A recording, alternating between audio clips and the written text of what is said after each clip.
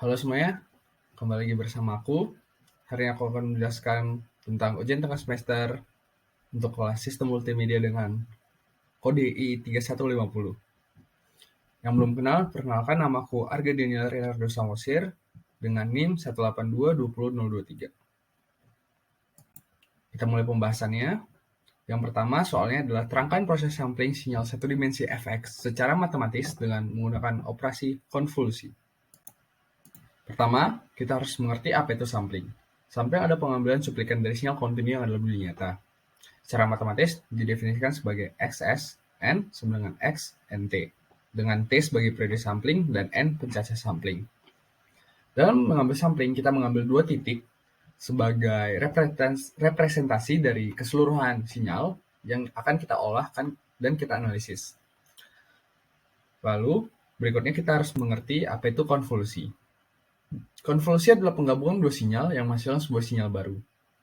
Nah, pada kepegabungan ini, salah satu sinyal akan mengubah sifat sinyal yang lain. Konvolusi bertujuan untuk memperbaiki atau mengubah data yang ditangkap, pengurangan noise, dan banyak hal lainnya. Secara sederhana, konvolusi ini bertindak sebagai filter.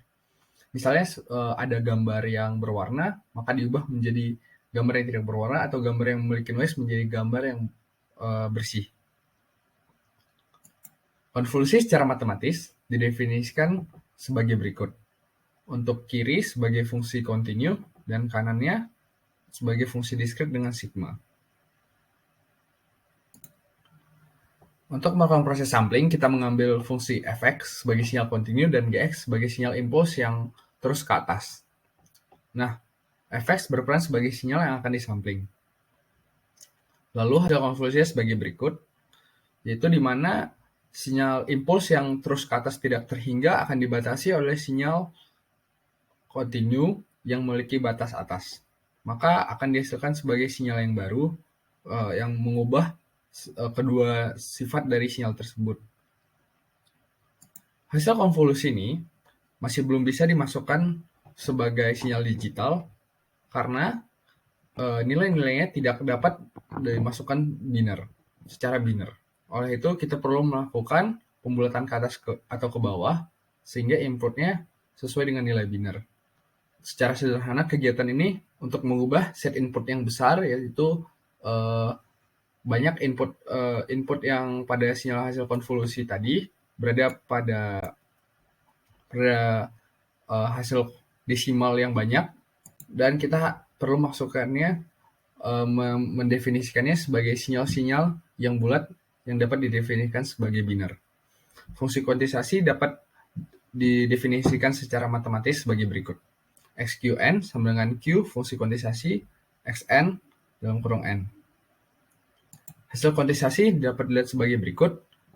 Nilai yang berada pada tengah-tengah untuk kedua angka biner, maka akan dibulatkan ke atas atau ke bawah sesuai angka biner yang lebih dekat. Untuk nilai yang di tengah-tengah itu biasanya memiliki nilai koma yang sangat banyak dan tidak dapat didefinisikan secara digital. Kita lanjutkan ke soal yang kedua, yaitu terangkan proses encoding dan decoding nama depan dan belakang Anda. Jika hanya ada satu kata, maka kata tersebut diulang saja dengan algoritma kompresi LZW. Apa itu LZW? LZW adalah kependekan dari Lempel, Ziff, Webb. Mereka adalah 3 orang yang menemukan algoritma kompresi tersebut. Tujuannya adalah untuk mengurangi banyak data yang harus diproses dengan mendapatkan kualitas yang setara. Untuk proses encoding, terdapat algoritma sebagai berikut. Pertama, inisialisasi kamus, lalu P didefinisikan sebagai karakter pertama dari stream karakter, lalu C sebagai karakter berikutnya dari stream karakter. Selanjutnya, logikanya jika ada P tambah C dalam kamus, maka P jadi P tambah C. Jika tidak, maka cetak indeks string P, lalu tambahkan P tambah C ke kamus, dan P menjadi C. Jika belum selesai atau enough, maka kita lanjut ke yang kedua. Jika tidak, maka cetak indeks string P, lalu stop. Kita akan melakukan proses encoding untuk nama Arga Samosir dengan initial dictionary dari alfabet A, B, C, D sampai Z dengan angka 1 sampai 26. Input pertama kita dari stream karakter adalah A dan berikutnya adalah R. maka outputnya kita keluarkan P itu 1 dengan P tambah C itu adalah AR dengan indeks 27, lalu berikutnya P menjadi C yaitu R, lalu berikut kita mendefinisikan C itu adalah G dalam sesuai dengan stream karakter, lalu kita lihat R dan G itu belum ada dalam dictionary, maka kita akan buat output itu sesuai dengan R yaitu 18, lalu kita masukkan R, G ke dalam dictionary dengan indeks 28. Hal ini terus berlanjut hingga huruf R, dan setelah R tidak ada karakter berikutnya maka EOF, lalu outputnya memiliki indeks 18. Maka outputnya dapat kita lihat sebagai 1, 18, 7, 1, 19, 1, 13, 15, 19, 9, dan 18. Selanjutnya kita akan membahas proses decoding. Algoritma yang kita pakai adalah pertama inisialisasi kamus, lalu kita mendefinisikan CW sebagai input pertama, lalu kita lihat kamus apakah CW ada dalam kamus, lalu kita simpan string tersebut ke dalam output. Lalu C sebagai kita definisikan sebagai karakter pertama dalam string CW, P menjadi CW, CW definisikan indeks berikutnya dalam input nomor 6. Kita masuk logika nomor 6, if string CW terdapat dalam kamus, maka pertama simpan string CW ke output, lalu P definisikan sebagai string PW, C definisikan sebagai karakter pertama dari string CW, lalu yang keempat tambahkan string P tambah C ke dalam kamus. Jika tidak, output string S menjadi string PW tambah C ke string karakter, lalu P menjadi string PW, C definisikan sebagai karakter pertama dari string S, lalu tambahkan string P tambah C ke dalam kamus. Lalu kita bisa kembali ke langkah 5.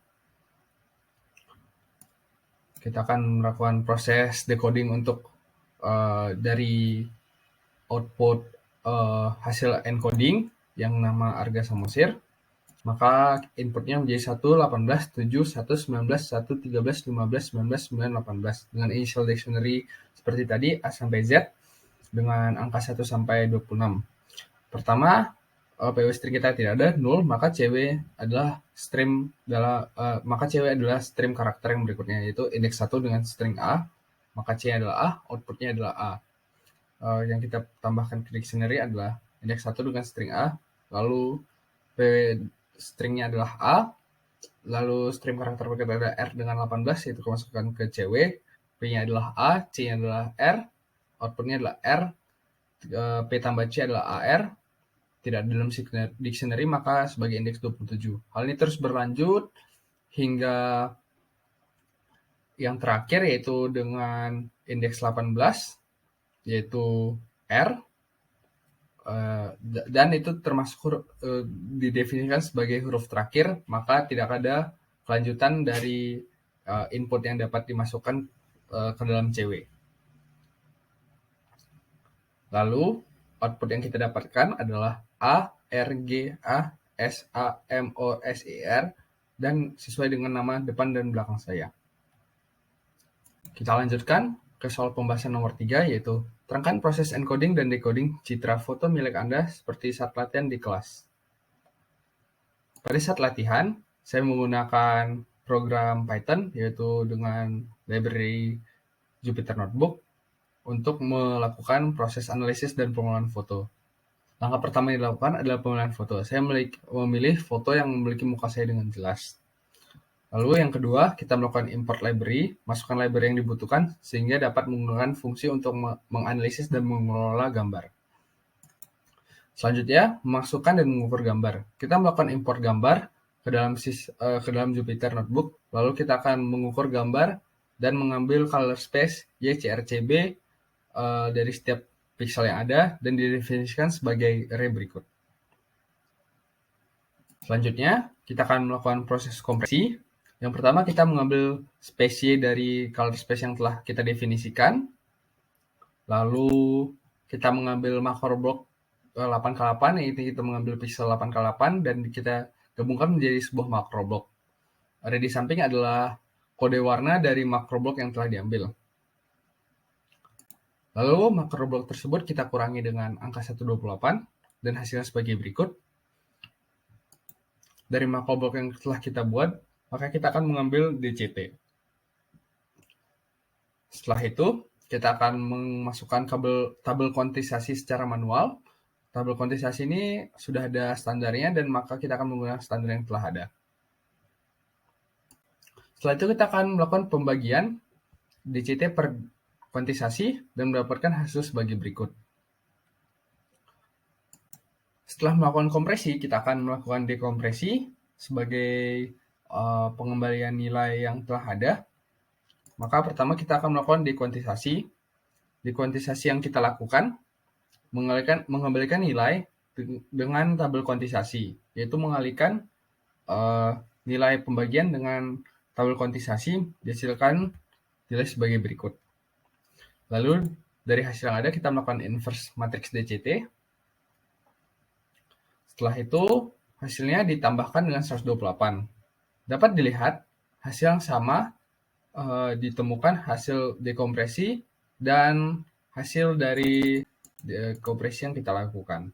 Maka dapat dinyatakan bahwa kompresi yang kita lakukan berjalan dengan baik dengan hasil sebelum kompresi sebagai berikut dan setelahnya yang di kanan. Sebelum kompresi angka-angkanya berkisar pada angka 200 dan setelah kompresi berkisar dari 90 sampai 100 lebih sedikit.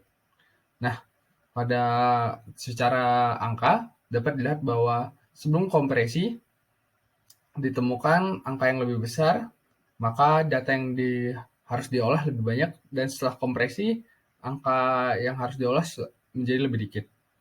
Jika melihat secara kualitas gambar yang dihasilkan, tidak dapat ditemukan perbedaan yang jelas.